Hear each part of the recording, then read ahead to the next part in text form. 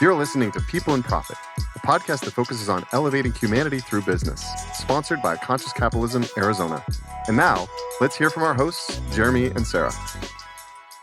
Arizona does good business, and we want to talk about it. Welcome to the People and Profit Elevating Humanity Through Business podcast show, brought to you by Conscious Capitalism, Arizona. Conscious Capitalism is an international movement promoting business as a force for good. The Conscious Capitalism movement has 50 plus chapters in the United States, including Arizona, and all over the world. We believe that free enterprise capitalism has served to lift more people out of humanity than any other socioeconomic system ever conceived, empowering social cooperation, human progress, and of course, elevating humanity. Good business is the answer to many of the global issues humankind is facing, and that's what we're going to dive into on this show.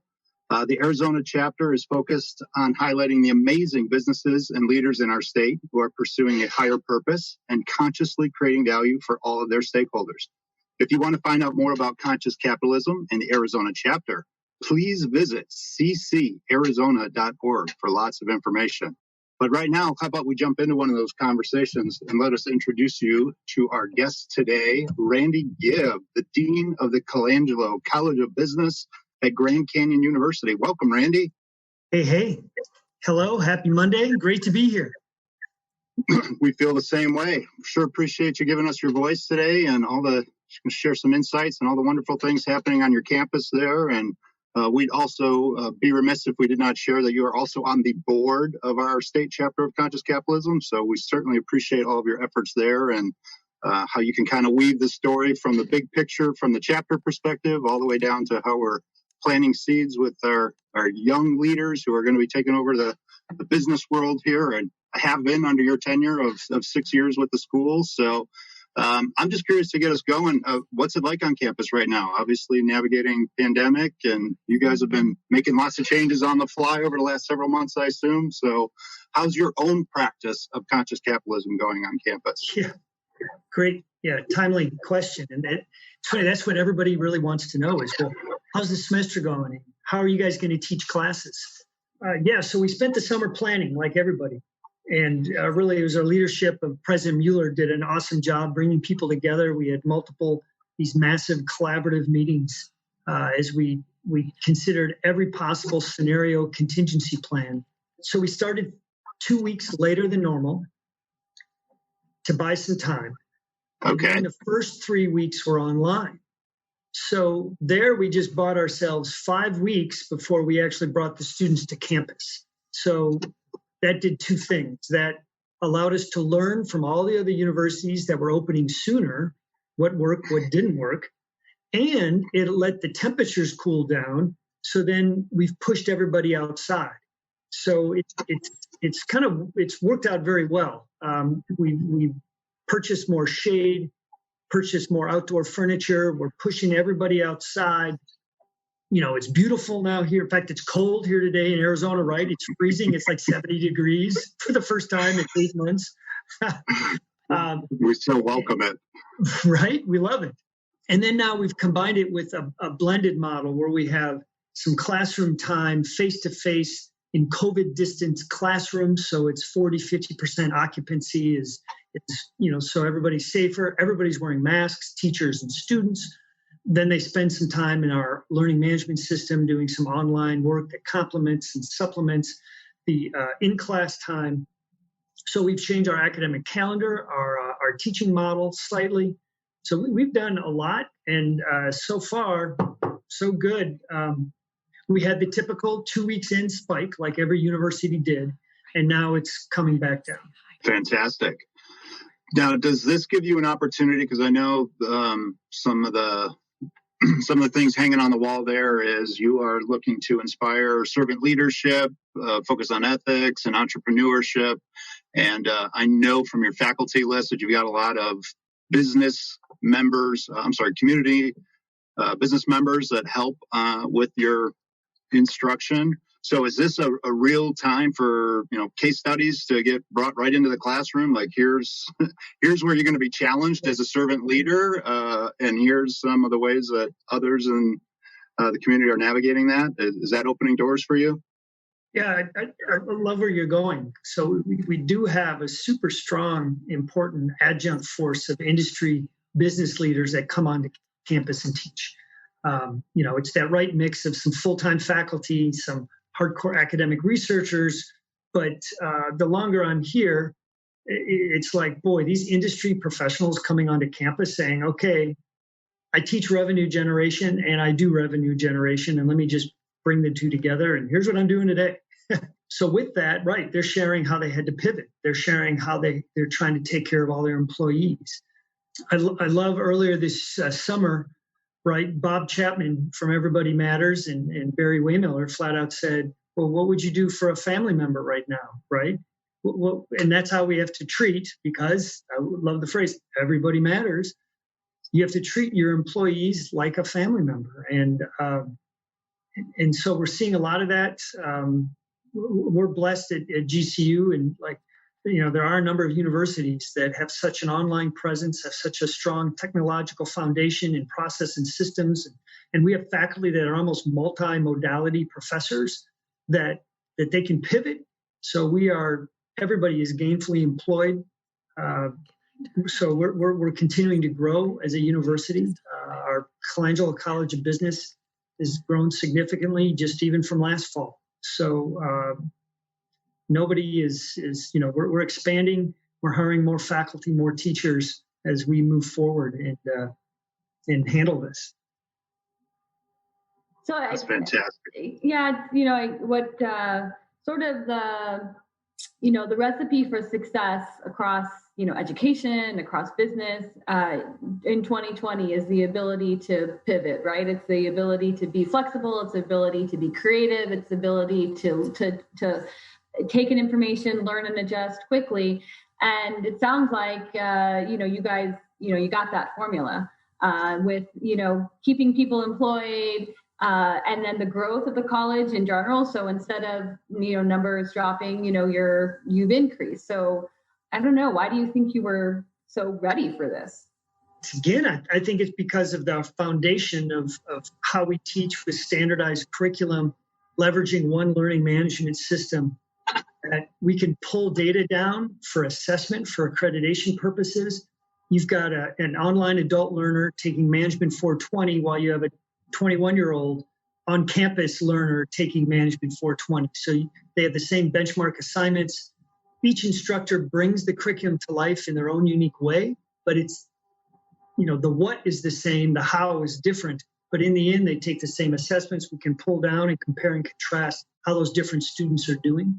But no, this spring and summer, right, was challenging like everybody, because you had those adult learners who may have lost their job or maybe had to take care of another family member. So how do you show grace and still maintain an academic standard of meeting the bar?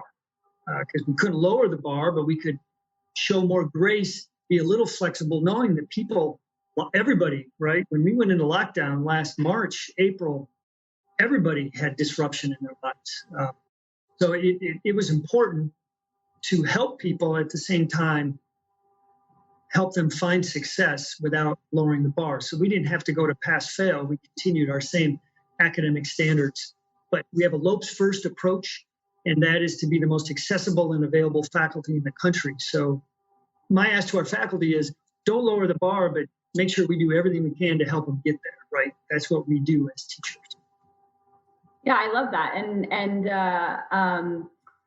It's already having the structure and the foundation, like you said, so you're able to, you had less pieces out there to try to wrangle and figure out how to pull them in.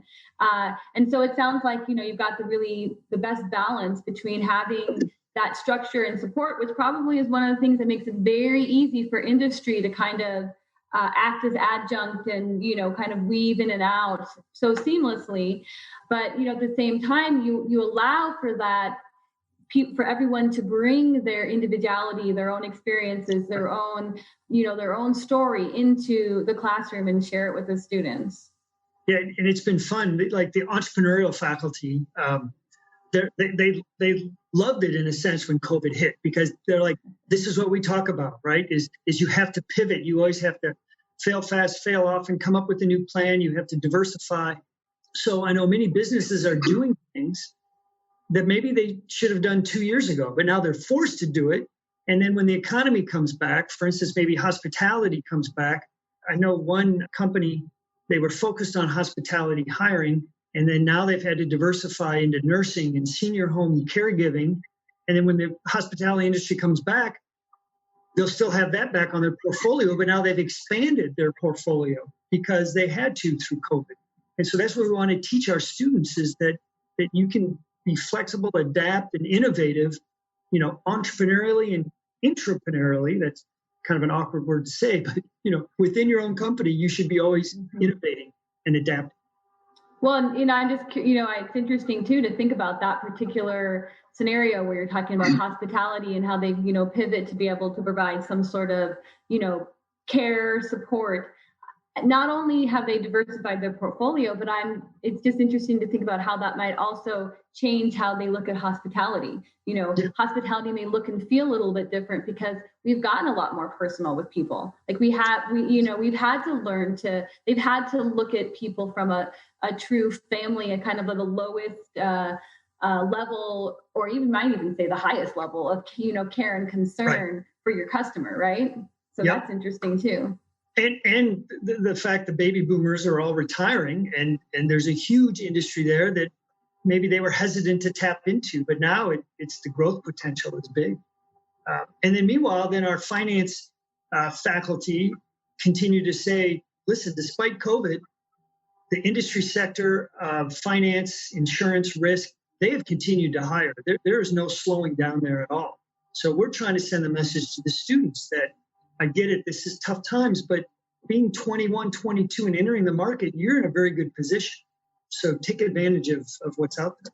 Yeah, and just I'm sure Jeremy wants to jump in, but I just just kind of want to echo in on industry, finance, and risk. Being a business owner myself and working in industry and very active in lots of different industry groups. But let me tell you, the risk, the insurance, the people that are putting bonds out, for construction projects. Yeah, they are all busy on overdrive and basically coming in to tell us your costs are all going to go up. But, whatever. I can just echo that those people are doing a lot right now.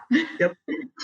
I did have a question, Sarah. It's one that I've been wanting to ask you for a while, Randy, and that is when it comes to explaining GCU's business program, I kind of tie in a question that we commonly get at Conscious Capitalism events, which is, how does this differ from corporate and social responsibility? Tell me where Conscious Capitalism starts and ends, and where does CSR play a role in that?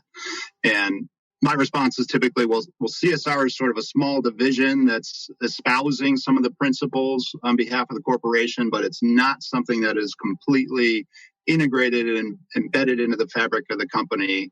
And when I look at GCU's business program, it's not like you have a class or two on ethics or a class or two on service leadership. Like, again, you have woven this completely into the fabric of the program curriculum. I'm just curious, how did you make that happen? Because I don't see that a lot of the schools. What was the genesis and what has been the evolution? Thanks. Great question, Jeremy. And you're right. I think corporate responsibility came about kind of, all right, we've done real well. We've made all this money and we kind of want to give back, right? And great. And it's awesome. Totally great. Companies are doing that. And philanthropy, right? There's no charity without prosperity. And you need to generate revenue. You need to make a profit and then reinvest those profits back. And if companies decide through corporate giving, right, that's how they're going to pay some of their profits forward and reinvest in the community, that's awesome. But to your point is, and I think Scott McIntosh, right, great from the start. We want to make sure that we don't wait till we've made our millions as a company, let's say, right, you're a business owner. Let's from the very beginning have a plan of social responsibility. And I think, we can get caught up with semantics, right? Every business does good for society. Every business, I truly think, is a social impact business because they're solving a problem, they're providing a service, And if people are willing to pay them, then that's good for society. There's a social contract. Totally agree. Exactly. So to your question, how did we, boy, that's a big question you asked. How did we integrate it into our curriculum? Suzanne Zentner in 2012 introduced me when I was department chair at ASU. So way back in 2012, 2013, she shared this idea with me. And that's how I got connected with Scott and the whole conscious capitalism movement. So then in 2014, when I came to GCU, really had a blank slate. I had just met Mr. Colangelo. It was 2014, and he and I had the challenge of how do you turn this business college that was kind of stuck in the 80s into 2025 and beyond? How do you lead a business college when there's kind of this negative view of business? How do we motivate and inspire students to be proud in the business college, right? Not like be ashamed, oh, I study business. No, it's fine. Be proud to study business. So, and we mix it as a Christian school, right? We want people to go in the community and share their faith and live out their faith by serving others. So it kind of all came together of let's make some big aspirations. So servant leadership, ethics, entrepreneurism, yes, those are our pillars. But what do we aspire from our students? What do we want them to become? So it started as this high-level vision statement that we hope to be someday. And now 6 years later, we think we're moving there. And so I've got some data to share on that. But it was really about just the whole concept of, yes, business is a force for good. We can elevate people out of poverty, elevate humanity. We can do to a higher purpose. We can help people prosper and communities can rise up. And if you spend money on the local business person, then they have money to invest in their own home. And then they can buy a home, and then they can go to other local vendors, and then they're involved with the neighborhood and the school system, and then now they're spending their money on, and right, it just snowballs. Absolutely. And we decided we didn't want one course in conscious. We decided to sprinkle it over about, I think we're up to 16, 17 courses now, undergrad and grad, that have aspects of conscious capitalism integrated throughout. So to your point, it's not just one ethics course or one. I think now we need it. I really am excited to make a conscious capitalism course, but it's been 6.5 years. So maybe it is time to make one. There's so much more content. And there's so many documentaries. Nathan Havey's Interface Beyond Zero, really excited to learn more about that. And so anyways, I'm off subject. So bottom line, we integrate, and then we brought in speakers. Our co-curricular and extracurricular activities spoke on conscious capitalism. Back in the day, we had Courtney Klein speak, Oye Waddell of Hustle Phoenix, Brian Moore. It just goes on of all the speakers we had. And then Canyon Angels and Canyon Challenge. And we hosted pitch events. And now these students are talking about conscious capitalism on their own. And I hear it. We have this young student, Eli Miller, who started Santa Calls. Okay. Santa Calls? Calls. And his vision was over a year ago, pre-COVID, that malls were closing. So little kids can't go to Santa because there's no more Santa Claus malls. Well, now with COVID, he's even better positioned. So I think he's partnered with like the Bearded Society of Santas to get live Santas calling little Johnny and little Susie. And then they'd have that Santa, here's what I want for Christmas. One-on-one. But he's already decided from day one, 10% of his proceeds go to Boys and Girls Club. And that's his conscious capitalism approach to his business model. So even at the start, and I never talked to Eli about this. It's just become part of our culture. So sorry for that long answer, but it's been a 6-year journey. Yeah, it's been a long journey. We're not there yet, but we're moving the needle. The fact that people are talking and having that narrative is just part of who we are now in the Colangelo College of Business. That's so cool. And do they recognize conscious capitalism as sort of the place where these concepts come from, or you're just putting in the principles and the language doesn't really matter? Yeah, we don't care either way. That's right. Yeah, okay. I'm curious. Initially it was conscious capitalism, and then it's evolved into other things just around, right? I mean, right, as a board in a chapter in Conscious Cap, right, we don't judge people. We're just like, listen, everybody's on a different journey. And some of the best examples, and I love the Firms of Endearment book, and even Raj's new book, The Healing Art, right? He has all these case studies, and everybody's different. Everybody, they focus on employee satisfaction and giving training, and employee retention is amazing, and they don't leave. And that's kind of one company's journey. And another company's journey is their philanthropy.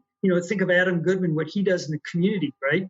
He's the first to say that, furniture is kind of boring, but people join their company not because of their furniture, because of what they do with good threads and donating clothes to foster children, and then donating furniture to nonprofit businesses that need it, right? So it's just different. Everybody's different on a journey. So we're totally down with just promote the glory of business, celebrate free market capitalism done right. And there's a lot of ways to do it right. I guess that's the best way to explain. Oh, that's great. And I think that with the Santa call story and with the student Eli Miller or what? Yeah, that wanting to donate profits, 10% of the profits right off the bat to the Boys and Girls Club. I mean, I just wonder how much of that is actually, intuitive and natural, and that the other way of doing business, it's all about investor return and all that kind of stuff. That was taught, right? So that was taught.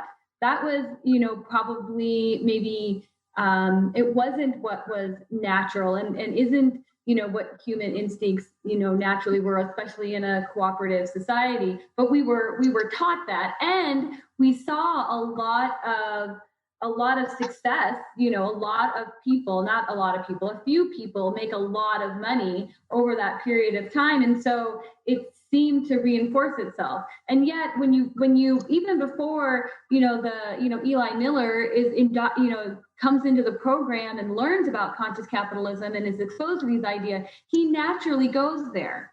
Yep.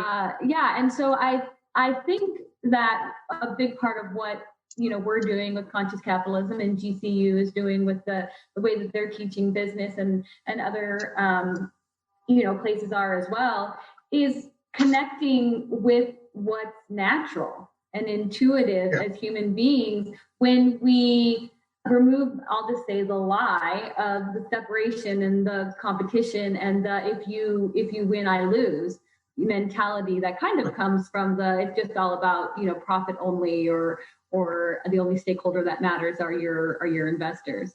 So I think that's pretty cool. And I actually think that a lot of times you feel that from college students, and as long as we don't strip away that idealism or that natural instinct to want to help each other, well then we can continue to do business in that way.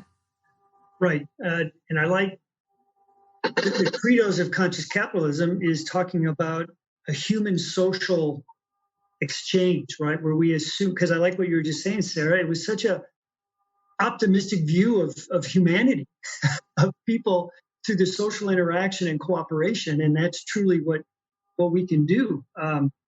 So, going back, Jeremy, to your question earlier about how do we integrate it? Well, early on, we had Raj Sisodia speak at GCU back in 2015.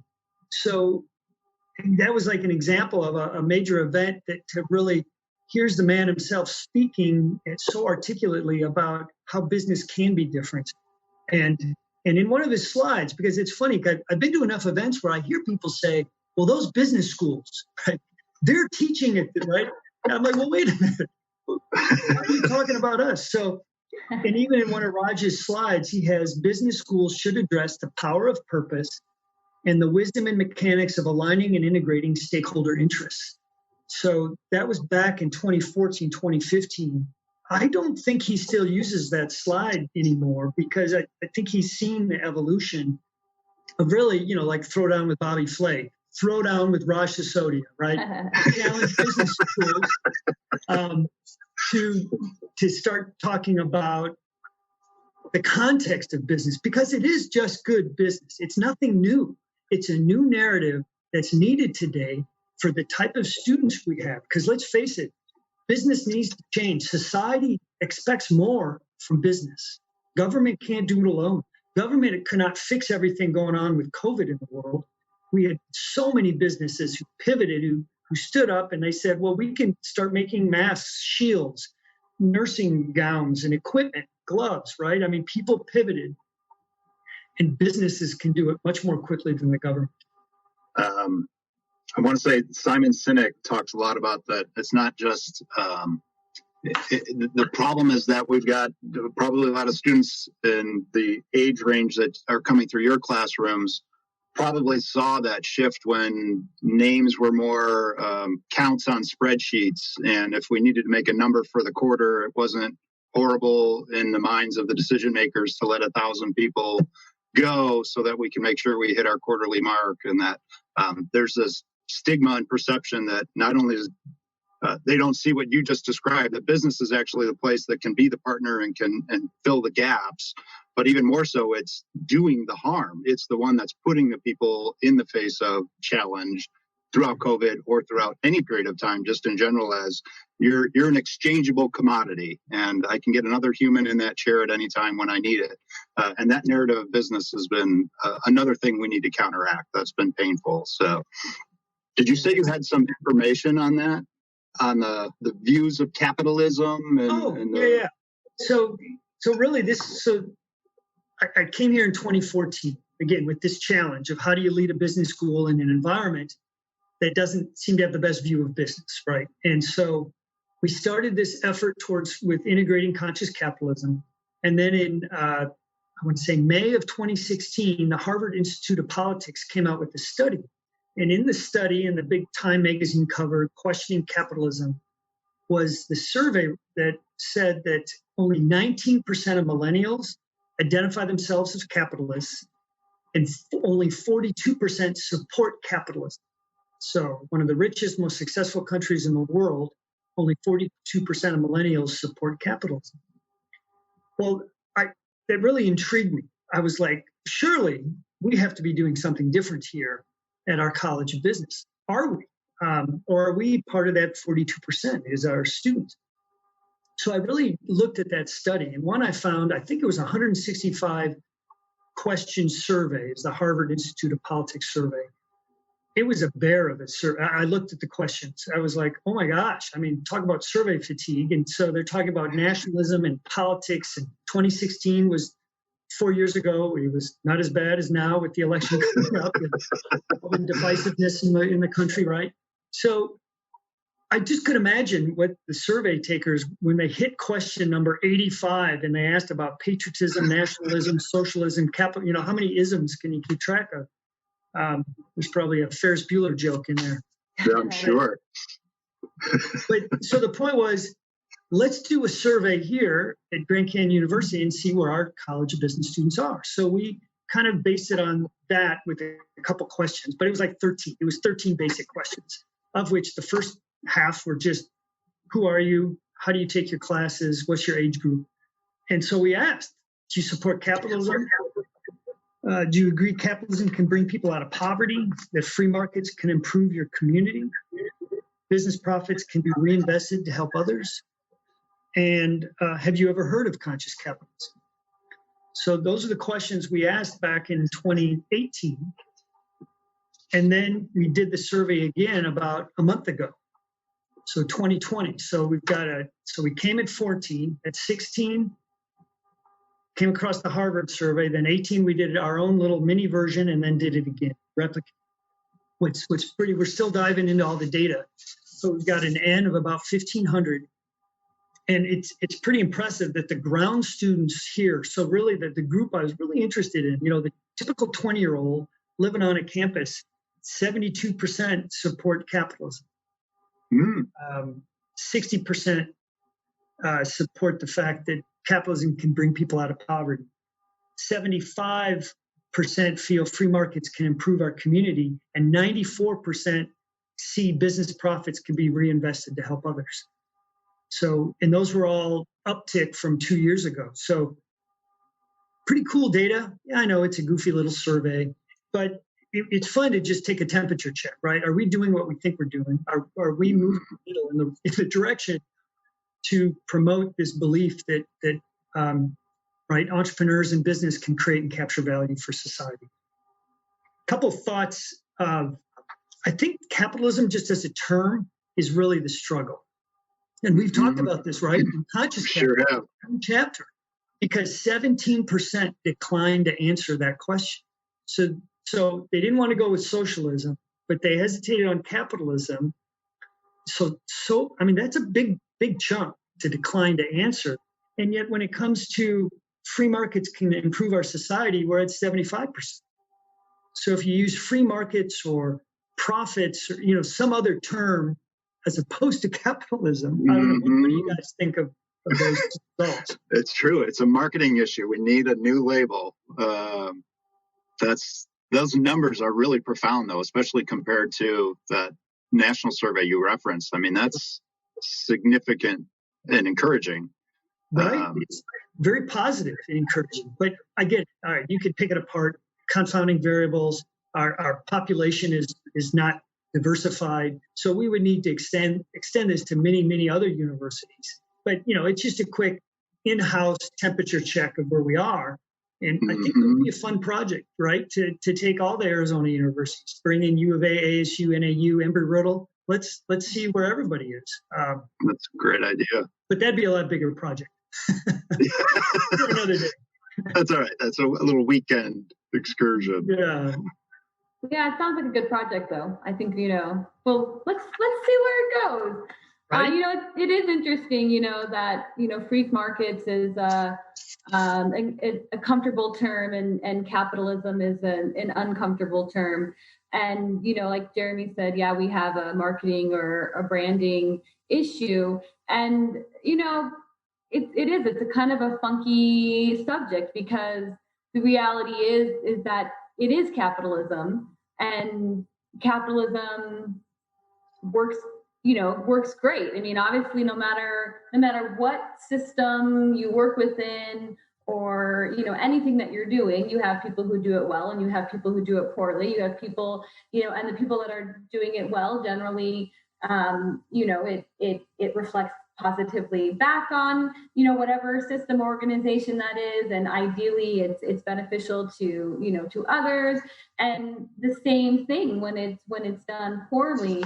And so, yes, if we had, Mike Jones, our VP of marketing on here, he'd probably, tell us that we gotta, you always gotta work on your brand. And, of course, obviously the path of least resistance generally can get to where you want to go quicker. But it doesn't take away from the fact that it is capitalism. And so I struggle a little bit with, it's a branding problem. It's like, well, I guess, or it's an education problem, and yeah. So, and obviously we just want to get where we want to get. So I'm, not necessarily going to say, we've got to fix them and not, fix how we call what we call ourselves or, capitalism in general. But at the same time, it's like, but it is capitalism. So. Right. And then you've got, and it is interesting that they're still searching for a term because this summer, right, through COVID, so many different articles were written by many, many very smart and eloquent people. And they used, woke capitalism, stakeholder capitalism.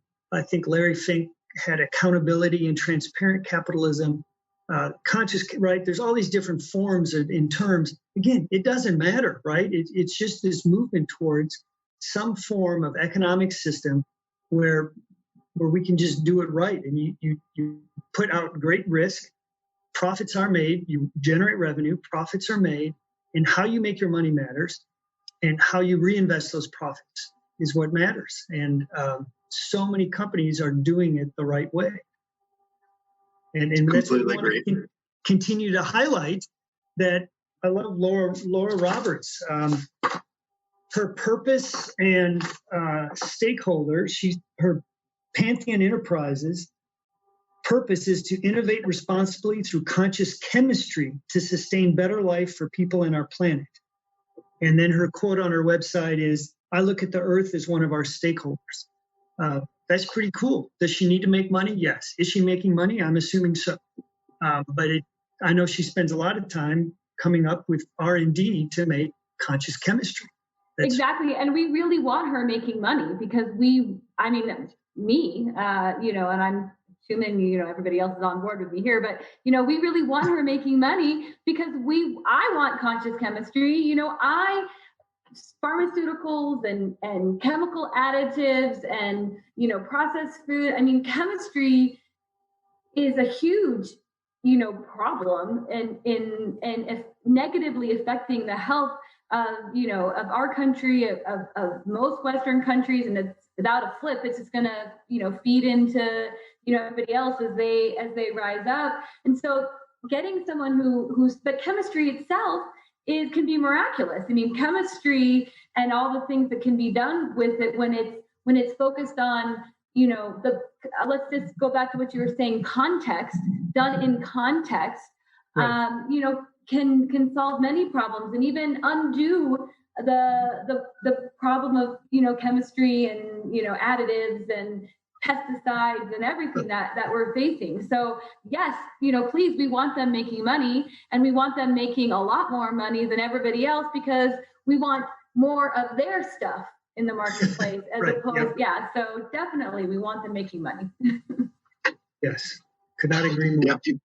If you pull the labels off and you just say, who cares what this person is attributing, how they architected their business to represent? Who cares what they called it? Here's the attributes of that business. Do you want to work for that company? Do you want to buy products from that company? Absolutely, yes. Same, the socialism, capitalism discussion, like remove the means of production from the conversation. At the end of the day, you still need to create. And so how would you rather those powers that be, if you will, whether it's a board of executives or whether it's a government entity, how would you like them to go about making that happen? Well, we want them to care about people, and we want them to make things responsibly and be considerate of future generations. Okay, well, that's what we're talking about. Remove the name from what it is. Let's talk about its attributes and characteristics. And so, I think we've all convinced ourselves we're on board. Now if we could just take it mainstream. Right. And you guys both just talking just made me think of that Beyond Zero, right? And what an amazing, when you think about carpet tiles and Ray Anderson and his leadership of interface. So I'm going to put in a cheap plug for Nathan Havey's documentary, right? When you think about carpet tiles and the glue, that could not have a worse product environmentally, and the footprint on our environment. And then how they've changed completely to where they're almost, I think 96% of everything they do is eco-friendly. And then their goal is Beyond Zero. They want to get to the point to where their production of these eco-friendly, no longer glue-used carpet tiles is contributing back to the environment. So Beyond Zero in a positive manner, just like if you planted a tree, right? Absolutely. They're doing it, right? So if they can do it, maybe more companies can do it. So I'm excited for students to start watching that documentary and bring in this educational aspect of it, and integrate that kind of thing into our curriculum down the road.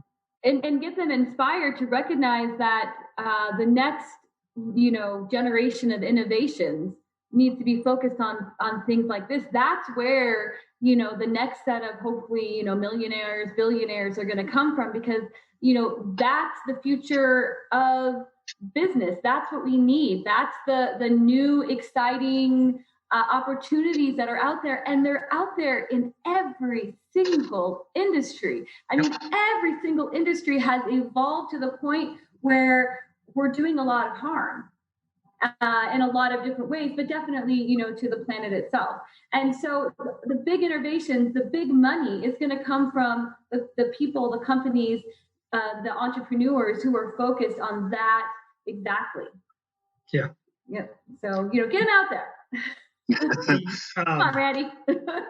So you would, Sarah, did you guys have any other questions? Because I wanted to make sure I shared a little bit about what we're doing in our neighborhood here at Grand Canyon. That was my next question. That was going to be my next question. Yeah, exactly. It was my next question. That was mine. Oh, fine. Please tell us, Randy, all the good things that are happening on campus. Well, it's really neat, because here's the other part is how do we integrate conscious capitalism, right? So we talk about it in classes. We share it. You guys heard my story, I think, a couple of years ago at the Conscious Capitalism conference, where I slid into a back of a classroom and they're talking about the Boeing 737 MAX issue. And all of a sudden, these 4 students finish with conscious capitalism aspects of Boeing's handling of this case. And I was like, oh my gosh, this is so cool. I had no idea they're doing this. They didn't know I was coming. I surprised the teacher. I gave her a teacher of the semester award. So I totally surprised her. So that's when I knew we'd moved the needle with the buy-in from faculty, curriculum, and students. But what's also cool is that President Mueller's on board. He talks conscious capitalism. He's modeled it. He didn't even know he was doing it right before. He didn't know it had a name, with really the stakeholder involvement of this university in the West Valley. We could have put it other places, but we decided to invest here well over $1 billion in infrastructure, buildings. We're building 3 more dorms for next fall. We're going to have 30,000 people, 40,000 people on this campus in West Phoenix, right? So super excited, but we're not going to just do it alone, right? We're not going to just put up a wall and build this beautiful campus. So the 5-point plan has been around, I think, for 6 years now, maybe 7. And it's all about job creation. So there used to be maybe 2,000 people coming to the West Valley to come to work. And now we have, I think we're up to 13,000 or so. Yeah, 13,000 jobs. So people coming here, spending their money, driving, getting gas, getting lunch. So economic drivers to turn a community around, that's huge. We've started 11 new businesses. So again, I love sharing the story. I was week 1 in my job, College of Business here, trying to figure out what I'm going to do. And then I get a call and said, "Oh, we just bought a hotel, figure it out and start a hospitality program." I was like, "Okay, I'll get right on there." As a good servant leader, I hired somebody who knew what they were doing, and I stayed out of their way, right? So the GCU Hotel, which we renovated, gutted, fixed up, built a restaurant. GCU took over the Maryville Golf Course. We have our own coffee company, pizza company, merchandising company, advertising company. So we're creating our own enterprises, and we haven't raised tuition in 12 years. And that's part of the whole model, because to make education affordable or accessible to everyone, it has to be affordable. So we're pretty proud of the fact that here in the West Valley on our ground campus, we have 28% Hispanic students, because that is who we are here in the West Valley. And they can attend, there's no special program. The higher your GPA, the less you pay. That's our tuition model. So we're attracting better and better students who can afford to come here. It's the same price in-state or out-of-state. Making neighborhoods safer, we've invested $2.2 million in the City of Phoenix Police Department to lower crime. Crime is being pushed out of this area. We're eliminating it. Really proud of that. It's becoming a safe neighborhood again. And then our Habitat for Humanity program. I think it's one of the largest partnerships in the world with Habitat. We've raised over $3 million, 25,000 volunteer hours, and over 300 homes have been improved. And home values in the zip code have gone up 300%. So neighbors, so it's pretty awesome. Every weekend you've got purple shirted kids. Okay, not during COVID, but before and after it will return. Purple shirted kids and faculty staff on the weekends. It's so amazing what 30 people can do to a home in about 3 hours in terms of painting, landscaping, construction projects. So it's just super cool what our project with Habitat has done. And the goal is 800 homes. So 800 homes right here in the West Valley. And then the last one of the 5-point plan, you've got jobs, businesses, neighborhoods safer, Habitat. The last one is education. This is all Brian Mueller's leadership and vision. We created a learning lounge. So it's so simple, Jeremy and Sarah, that I'm a struggling kid in high school trying to pass geometry, and you're a college sophomore or junior, and we just meet. And then I come on campus. There's a little spot here at GCU, or we have students who go to high schools. We even have a learning lounge, a tutoring area at the Maryville Milwaukee Brewers spring practice training facility. They partnered with us and they built. So it's just a place for 2 people to come together and you start tutoring me on my math. Then you start helping me with my writing. And then you're also almost become a big brother or big sister to me and giving me advice. And then I come on campus, and now maybe I can get an A or a B in pre-calculus or math. And maybe I can go to, now I'm starting thinking about college was within reach. Something special has happened out of that simple relationship of a college student tutoring a high school student. And so these numbers are pretty impressive. We have 4,500 K-12 students with about 60,000 visits since 2013 and 140,000 hours of study. I mean, it's just, those are such big numbers to wrap your head around. No question. So the number of students being tutored, and then we started a scholarship off that. So if you come to the Learning Lounge and get tutored and you have a certain GPA, you meet the criteria, we've now awarded 360 full tuition scholarships. So for the most part, these are bilingual first generation students coming to college at GCU on a free ride. And what's so cool is to get a student from Maryville or Alhambra High School right next to somebody from Orange County Lutheran Prep School, next to somebody from Minnesota public school or Christian school in the Midwest or Portland or Seattle, right? I mean, it's really, there's an amazingly talented students. So sorry for going on, but pretty excited about our 5 plan. Yeah, I wouldn't say we're going on. We want you to keep going on. That is fantastic info. You know, as you were giving all those examples, the thing that popped in my mind was your earlier statement from Raj talking about the wisdom and mechanics of aligning stakeholder needs and wants. So that's a perfect example of, well, yes, of course, we're in the business of educating, but we also have all this excess capacity just by the nature of us being here. And here's some real rubber to the road elements that we can put out there to both enhance GCU's wants and needs, but also all those other stakeholders at the table. Those are just fantastic living examples of how you can show up in the marketplace. So I know Mark Benioff has been a couple of people, you know, because Salesforce has had their ups and downs, but he did have a great quote a couple of years ago about a business cannot be successful in an unsuccessful neighborhood. A business cannot be successful in a failing school system.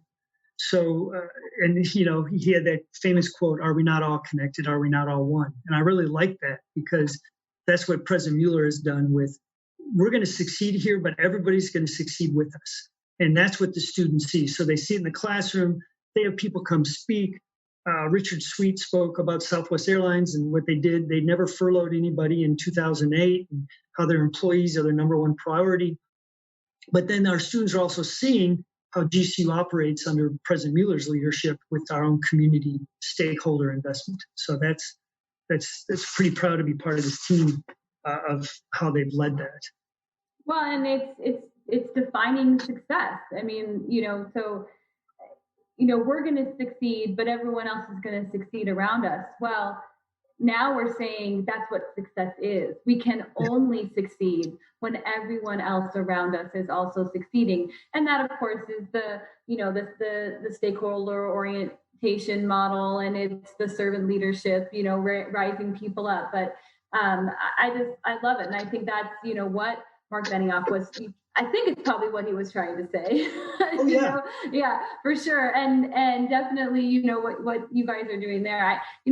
For me personally, one of the, I think it was early on with my own experience in conscious capitalism and you know, I'm in Tucson, so driving up to Phoenix and going to meetings, you know, at Max 6, and there was a presentation by Grand Canyon, and I don't remember who it was, but someone within the organization who was talking about your 5-point plan, you know, and so that had to have been, you know, 3 or 4, I can't remember how many years ago it was, but I was so struck by that plan and who and what type of organization and GCU, you know, is, because I didn't know until Conscious Capitalism, you know, introduced me and told me. And I tell everybody to go to GCU. You know, after that, I was like, you just don't know. I mean, what this institution is doing is just so different, you know, from anything else that I've heard, and you know, within the 5-point plan, and then just hearing you talk about it again now, the way it makes me feel as I'm sitting here, listening to you, and then connecting back to one of my first Conscious Capitalism's experiences, I feel connected, so like, aren't we all one? Well, right. I feel it, and those stories, help remind me that we definitely are. So, you're not going on and on. It's like, I know, thank you. So I think we are getting close on, good thing we were going to stop at 30 minutes. Yeah, I know, exactly. we told you. So, now that we're all kind of, at least for me, all high on the connectedness, it might be a good time, for any last words, or definitely to say, thank you. Jeremy, anything that you wanted to, last questions, or, things you wanted to ask, or I know we did want to talk a little bit about what a great guy you are personally and everything that you've done, but we probably don't have all out of time. But yeah. Anything coming up on campus that people need to know about, Randy? Any guest lectures, events, activities? No, we're really kind of trying to keep the bubble COVID mode on campus. Everything's Zoomed. Which is amazing, right? Because we're actually getting guest speakers from all over the country. Our sports business faculty have so many connections in that industry, and they're just zooming in. So it's really this was an adapt that needed to happen, right? Because we get caught up on, oh no, they have to come in person. Well, for the safety of our bubble and trying to keep things as they are. So. We still have our incubator co-working space, Canyon Ventures. That's going great. Robert Vera is leading that effort. We've got about 26, 28 startups in that incubator. They've hired about 90 students or so. And the goal is to plant them in the West Valley as they accelerate and launch out of there. So that's going great. But one last if we have, hopefully we've got some businesses listening out there, is I just want to put a plug in for the better you can articulate your purpose and truly what you are about as a business, you're going to hire the best talent. You're going to hire amazing young college graduates, because these students want value alignment with who they get hired by. So I just can't say that enough, that these companies today, doesn't matter how big or how small, to articulate truly their purpose and share their stakeholder story. I think then if you do that as a company and it's genuine and sincere, you're going to get amazing students, because that's what this generation is looking for. And I'll just say, if you really want your purpose to come to life, then you need those students. You need, that talent, and the people who are so driven to be purpose, to be in a purpose-driven company. So if you believe your purpose, then, share it so that you can attract the talent to really, have it grow and, flourish and, all that kind of stuff. So. Yep. Well, good. Well, no doubt. Very sage advice. Business RadioX, Conscious Capitalism, Arizona chapter. Woohoo. Woohoo. So I guess maybe just likewise. In closing, beyond all the gratitude and love and, carrying on the, the high of connection from the conversation, what Jeremy mentioned, the Conscious Capitalism Arizona chapter, our website, ccarizona.org. We have our Conscious Business Activation series. We're meeting every Wednesday, giving business owners a chance to talk about, challenges within business and how to do it consciously. Lots of conversations about how to really hone in and better articulate your purpose. So, Randy, you didn't mean to, but you gave us a plug for our Wednesday chat. So check those out on the website. You can register and then, look at the other things that are coming out of the Conscious Capitalism Arizona chapter. Awesome. Thanks, everybody. Thank you, Randy. Thank you for listening to People in Profit, where we showcase the businesses that are elevating humanity through their work, right here in Arizona. Learn more about us at ccarizona.org.